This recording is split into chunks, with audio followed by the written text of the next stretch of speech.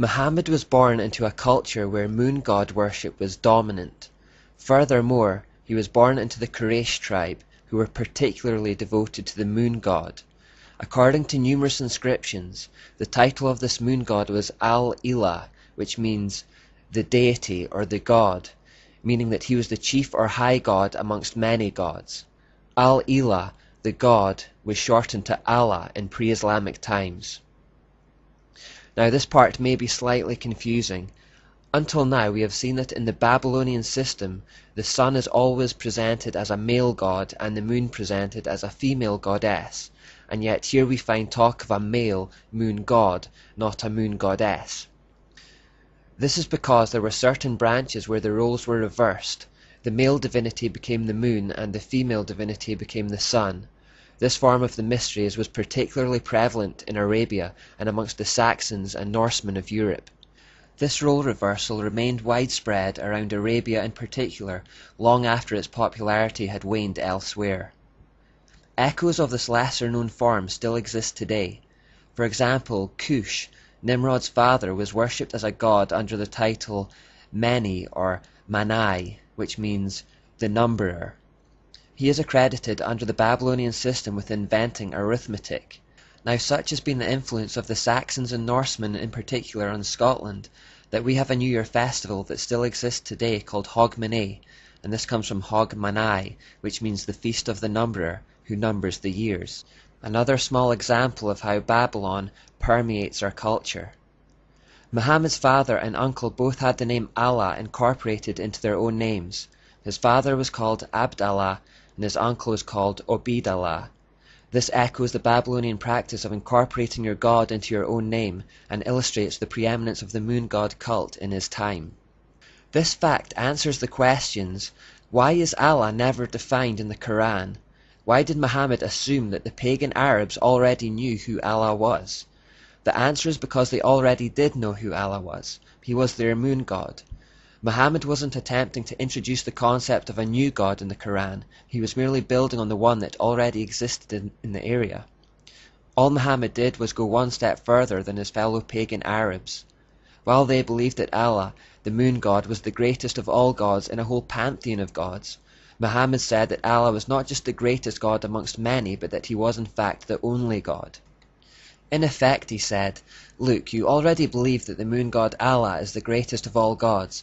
All I want you to do is accept the idea that he is the only God. I'm not taking away the Allah you already worship. I'm only taking away his wife and his daughters and all the other gods." Here is a picture of an Allah idol recovered in Arabia. Note the crescent moon on his chest. The pagan Arabs never accused Muhammad of preaching a different Allah to the one they already worshipped, and archaeological evidence proves that he was one and the same. The Encyclopedia of Religion says, Allah is a pre-Islamic name corresponding to the Babylonian Bel. Allah is nothing more than Baal again with a new name. Muhammad attempted to have it both ways though. To pagans he said that he still believed in the moon god Allah, but to the Jews and the Christians he said that Allah was their god too. In effect, it was the same technique that Catholic bishops had used to merge Christianity with paganism. Many Christians today have swallowed the lie that Allah is the same as the Christian God, when he is in fact Baal. Fortunately, Jews and Christians of that time recognized Muhammad's deceptive ideas and rejected Allah as a false god. Of course this angered Satan no end, and by consequence it angered his puppet Muhammad no end, and we know that when plan A, manipulation and flattery, fails with Satan, he quickly resorts to plan B, intimidation and persecution. We perhaps never see this more clearly than in the relationship Muhammad had with the Jews. The Quran has a distinct split personality that correlate to two periods in Muhammad's life. At the start of his life in Mecca, he was relatively obscure and had no particular type of influence. He was in a position of weakness. In the second part of his life he moved to Medina as a wealthy and powerful warlord. There he was in a position of power. So all the earlier writings from his time in Mecca are generally peaceful. This was the period when Muhammad was in a position of weakness and trying to convince the local Jews that he was a prophet of their God, the Plan A years. All the later writings from his time in Medina, after he had risen to a position of wealth and power, are full of hate and anger towards the Jews who had rejected him. These are the Plan B years. He started calling for their slaughter and waged war against them, along with anyone else who rejected him or his message. Now it's important to understand that in Islam there is a principle of abrogation. This simply means that wherever there is a contradiction between verses and the Quran contradicts itself a fair amount, the later one cancels out the earlier one. So since the violent, warring verses are the later ones from his time in Medina, they cancel out the earlier, peaceful ones from his time in Mecca. This has been a great tool of deception for Muslims, as whenever they are challenged about the violent fruits of their religion, they point to the peaceful Mecca verses. In ignorance, the average person takes them at their word, completely unaware that those verses are effectively null and void under the principle of abrogation. They have been replaced by later commands to slaughter all non-believers and conquer the world. It is Muhammad's words and actions from the Medina years that fuel Islam's never-ending hatred towards the Jews and the problems in the Middle East. It is the words and actions of Muhammad in the Medina years that encourages and condones all forms of terrorism, lying, deceit, violence, murder of non-believers, oppression and domination as a service to Allah. Islamic terrorists are not acting contrary to the example of Muhammad their prophet. They are acting in perfect harmony with his own actions 1400 years ago. The Bible says that, "You shall know a tree by the fruit it bears." The entire history of Islam has been littered with this type of violence, and when we look at the life of Muhammad in any detail, we will discover why. It produces bad fruit because it was a bad tree with its roots in the kingdom of darkness. The following are the recorded words and deeds of Muhammad.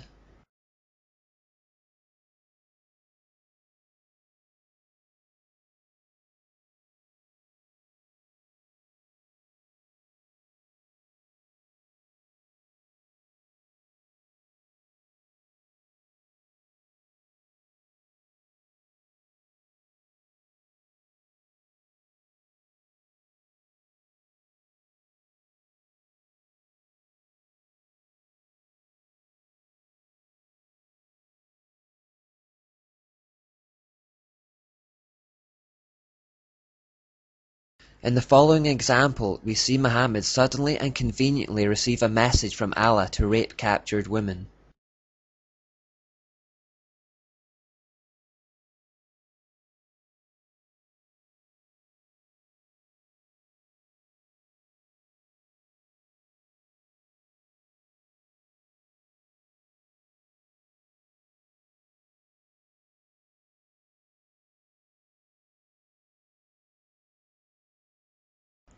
This event shows a particular audacity, permitting rape at the drop of a hat simply by conjuring a verse from Allah to support it out of thin air. Any whim or fancy that took him could be acted upon if he claimed he was doing it under divine authority or instruction. Muhammad understood what Nimrod and Semiramis understood, that spiritual authority gives temporal authority. Wherever Satan is involved, there is often a telltale hatred for the Jews, and this comes through loud and clear in Islam.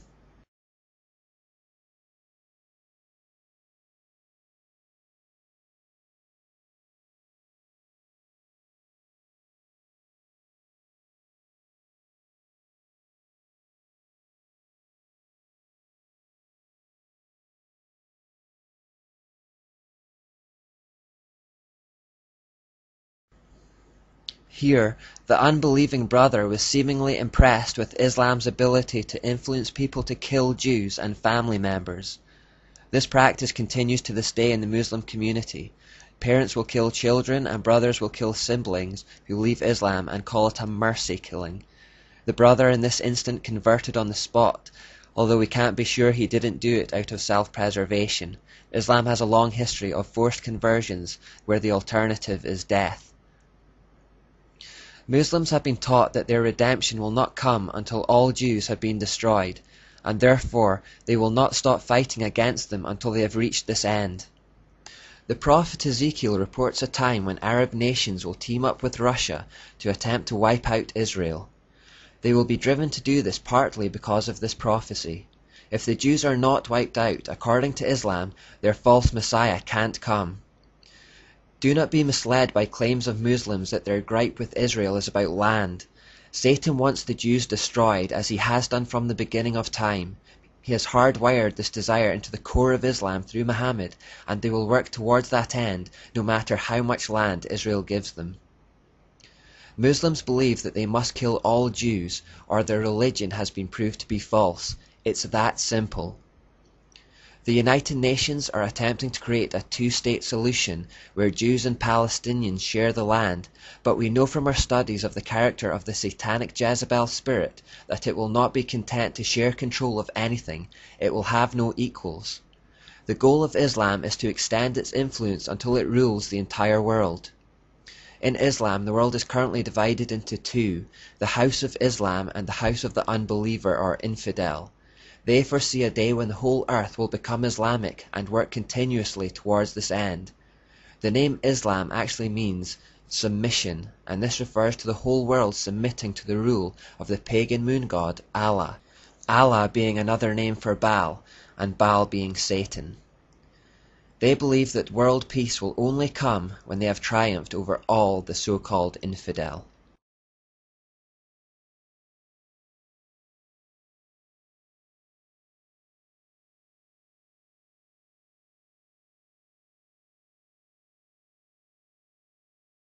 The fact that Allah is the moon god explains why the primary symbol of Islam is the crescent moon. It is also why Muslims fast during the month which begins and ends with the appearance of the crescent moon in the sky. What about the star that so often accompanies it? This is an adaptation of the old symbol for the sexual joining of the male and female deity. These are Egyptian and Babylonian examples. Islam has adopted other important features and rites that betray its pagan roots. Mecca, the holy city of Islam, was also the center for pagan religions of pre-Islamic Arabia, for example. At the center of the pagan worship in Mecca was the square stone temple called the Kaaba. Following the widespread belief in the powers of magic stones, the famous black stone was embedded in the wall of the Kaaba. Such black stones were found in other places in the pagan Middle East and were representative of Saturn. The pagans of pre-Islamic Arabia believed that they needed to bow and pray towards Mecca at set times in the day. Furthermore, they believed that one should make a pilgrimage to worship at the Kaaba at least once in one's lifetime, to process round the Kaaba 7 times and to kiss the black stone. All these rites were continued in Islam. The Quraysh tribe saw to it that all manner of different religions were allowed in the Kaaba, so as to extend the influence of Mecca as a center for many religions. There were about 360 different idols in the Kaaba in addition to an idol of Allah. Today we find the black cube, which originally represented Saturn, all over the world.